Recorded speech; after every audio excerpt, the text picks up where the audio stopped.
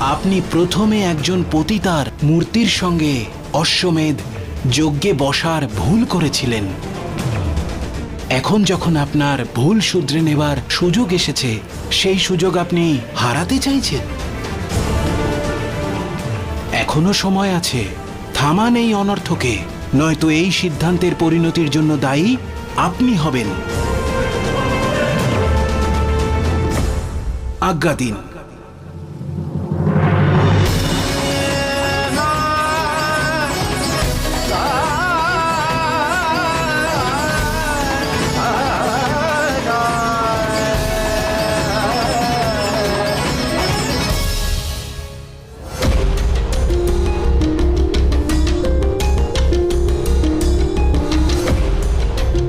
তাড়াতাড়ি খোঁজো ওদের।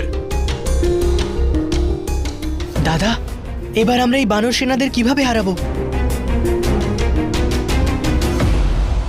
আচ্ছা, তুমি কি কখনো ধীরার ব্যবহার লক্ষ্য করেছো? এখন ধীরা আমাদেরকে এখানে কি করে সাহায্য করবে? ধীরা না হোক, কিন্তু ওর বানর ব্যবহার আমাদের জানা থাকলে অনেক কাজে লাগবে। ওরা এখানেই কোথাও আছে।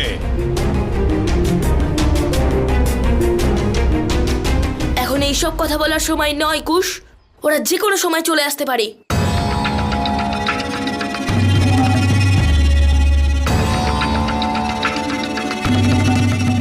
দাদা, বানররা নিজেদের প্রতিবিম্ব দেখে বিচলিত হয়ে যায়। আমি দেখেছি ধীরা জলের মধ্যে নিজেরই প্রতিবিম্ব দেখার পর বোকার মতো ব্যবহার করত, ভ্রমিত হয়ে যায়। হ্যাঁ,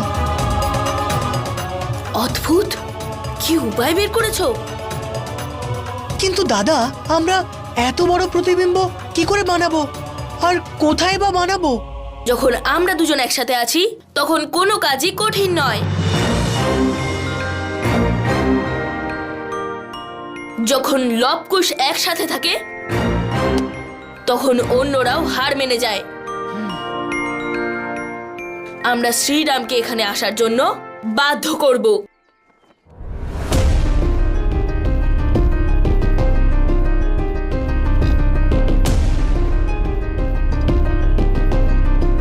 পুত্র,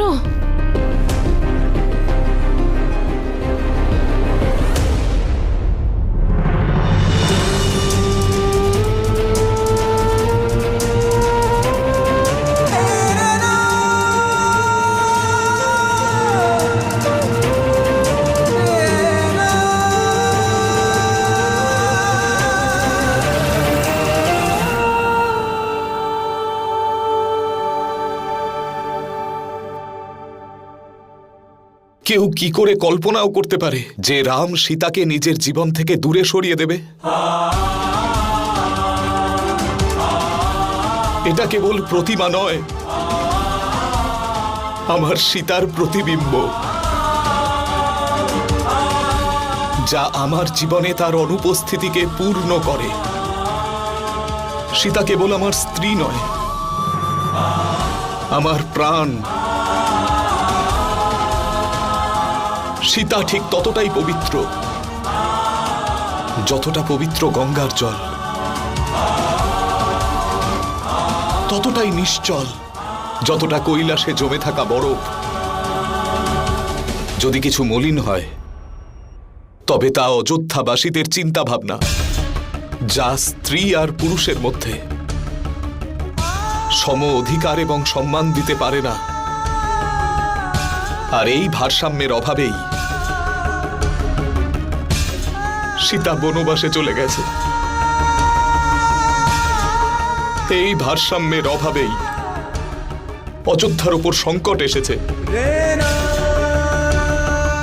আমরা দুজন একটা মহান উদ্দেশ্যে বিচ্ছিন্ন হয়েছিলাম, আর সেই উদ্দেশ্য ছিল অযোধ্যাবাসীদের, সমগ্র আর্যাবর্তের একজন স্ত্রী সম্পর্কে ভাবনার পরিবর্তন।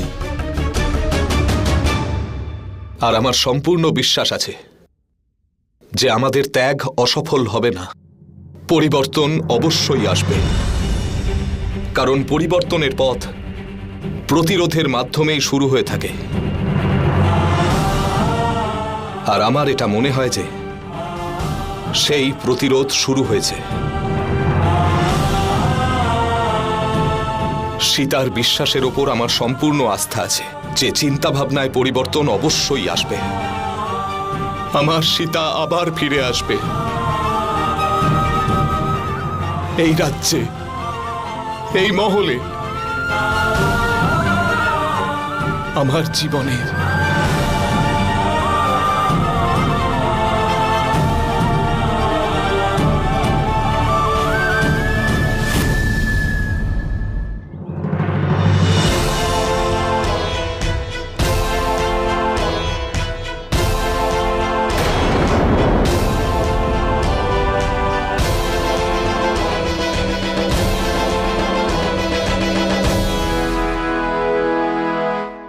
আগে তো আমার সৈন্যদের থেকে লুকোচ্ছিলে, এখন আমার সম্মুখে এসে উপস্থিত হলে। হয়তো তোমরা তোমাদের ভুলটা বুঝতে পেরেছ, তাই না? আমরা লুকিয়েছিলাম না, আমরা তো আমাদের পরের রণনীতি বানাচ্ছিলাম।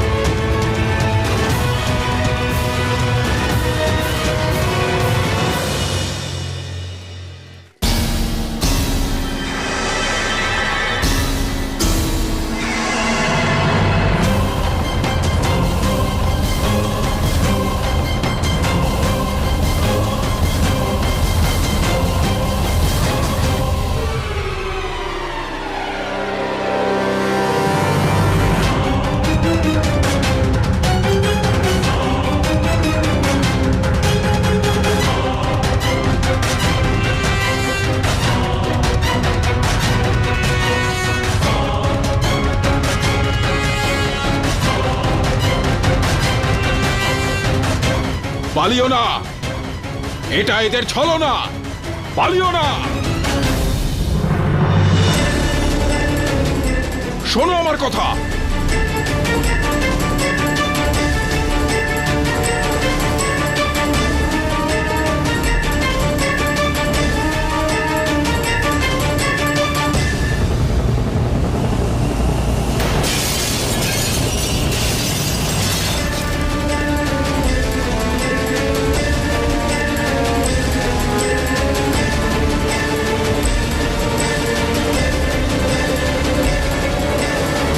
তোমরা কি ভেবেছিলে এই ছলনায় আমিও প্রভাবিত হব?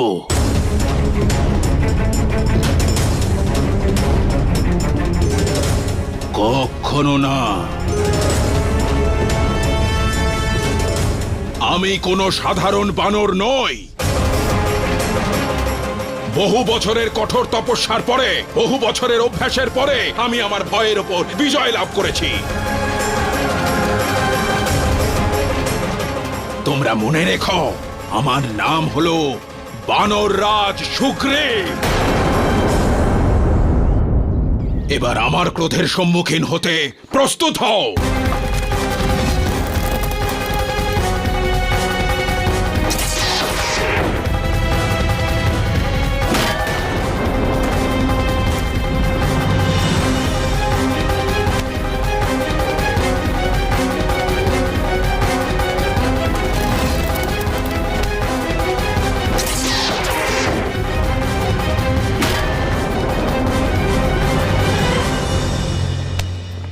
এটা কি করে সম্ভব হতে পারে? একটা গদা আমাদের তীরের থেকে অধিক তীক্ষ্ণ আর শক্তিশালী কি করে হতে পারে?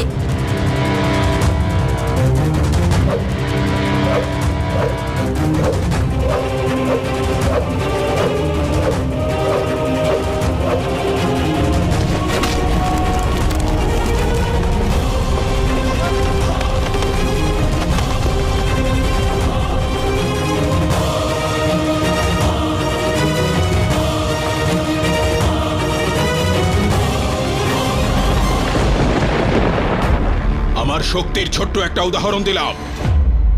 তোমরা বালক, তাই তোমাদের ওপর প্রহার করতে চাই না। তাই উচিত এটাই হবে যে তোমরা আত্মসমর্পণ করো। না, আমরা করব না, কিন্তু আমরাও আপনাকে সুযোগ দিলাম। আপনার জন্য যান, আর শ্রীরামচন্দ্রকে ডেকে আনুন। উদ্ধত বালক, শ্রীরামের নাম নিচ্ছিস তুই?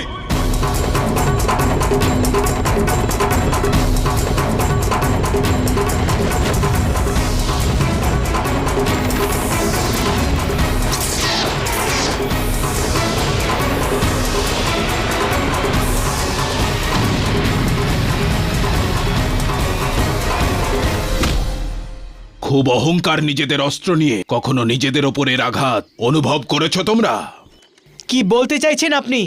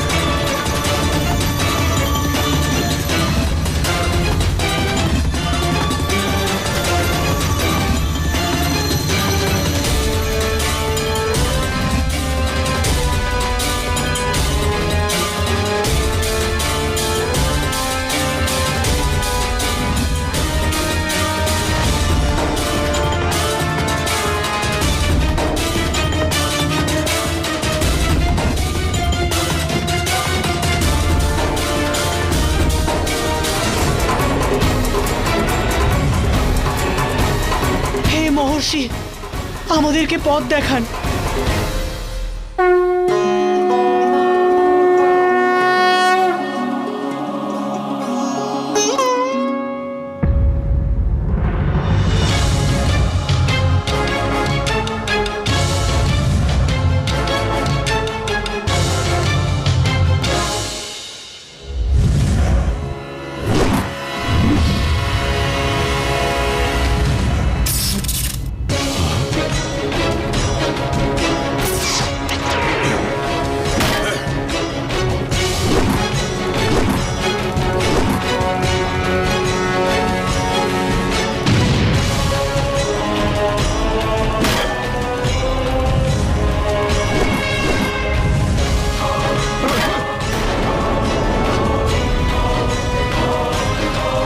ওনার সব শক্তি ওনার ওই গদাতেই আছে। আমাদের এনাকে এনার গদার থেকে দূরে নিয়ে যেতে হবে।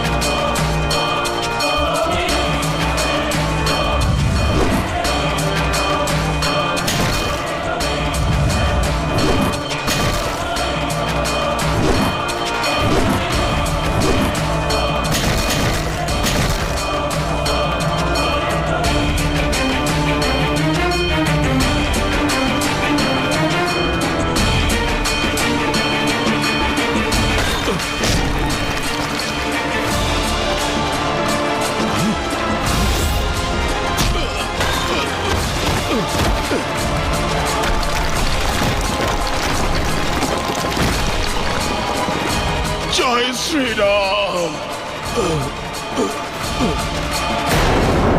বানররাজ সুগ্রীব! বানররাজ সুগ্রীব! বানররাজ সুগ্রীব, আপনার চোখ খুলুন।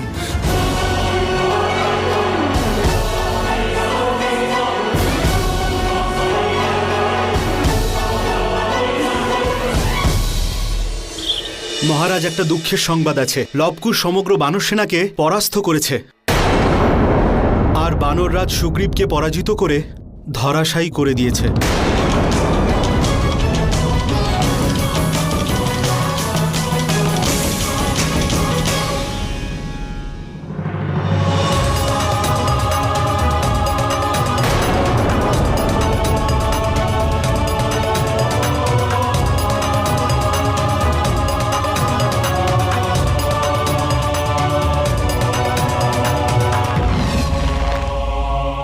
লবকুশ, এগিয়ে যাওয়ার আগে আমার তোমাদের সাহায্যের প্রয়োজন হবে।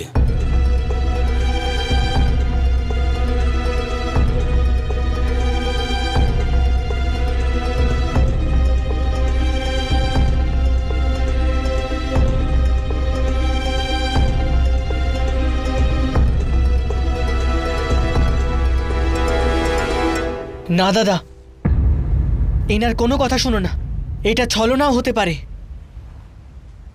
এটা মহান যোদ্ধাদের সম্মানের ব্যাপার। অঙ্গদ, বানররাজ সুগ্রীবের মতো বড় বড় যোদ্ধা এভাবে ভূমিতে অজ্ঞান হয়ে পড়ে আছে। এটা কোনোভাবেই শোভা পায় না।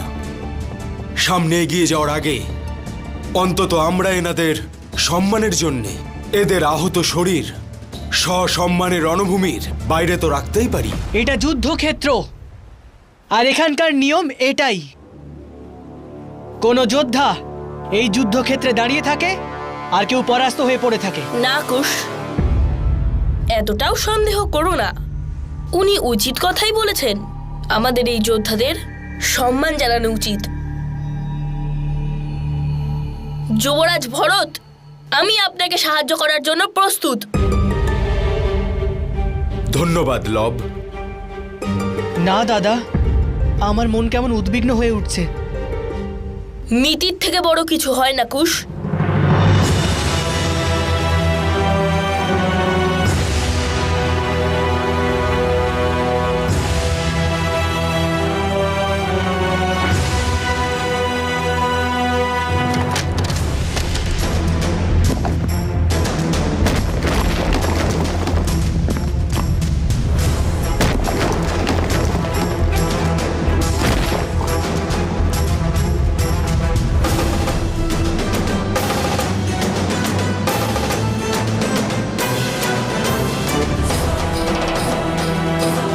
তোমায় ধন্যবাদ লব।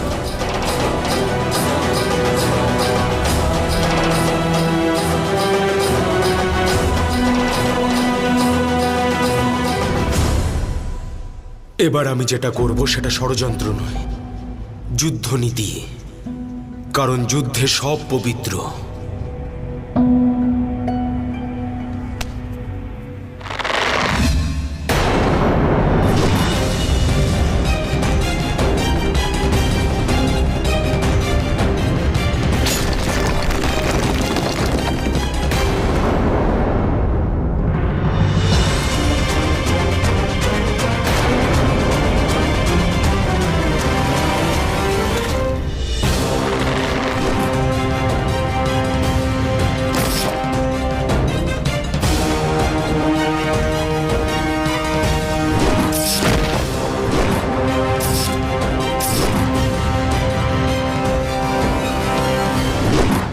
তুমি এখানে একা লব, আর আমার সামনেই আছো।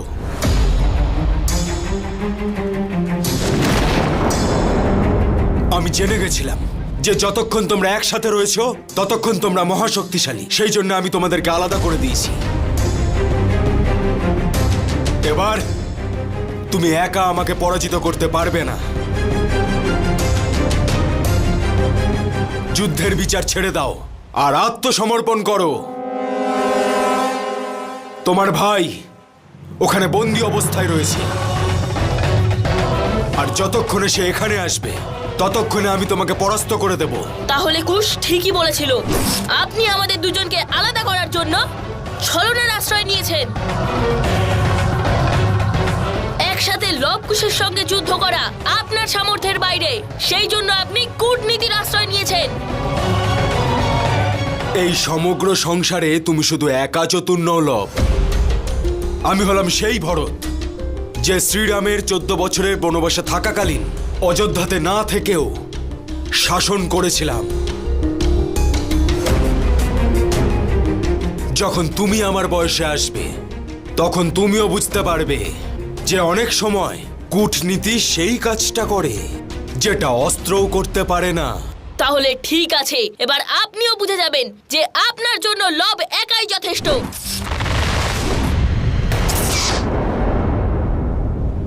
লব, আমি তোমাকে শেষবারের মতো সাবধান করছি। যুদ্ধের সমাপ্তি জয় বা পরাজয়ের মাধ্যমে হয়, সাবধান করে নয়।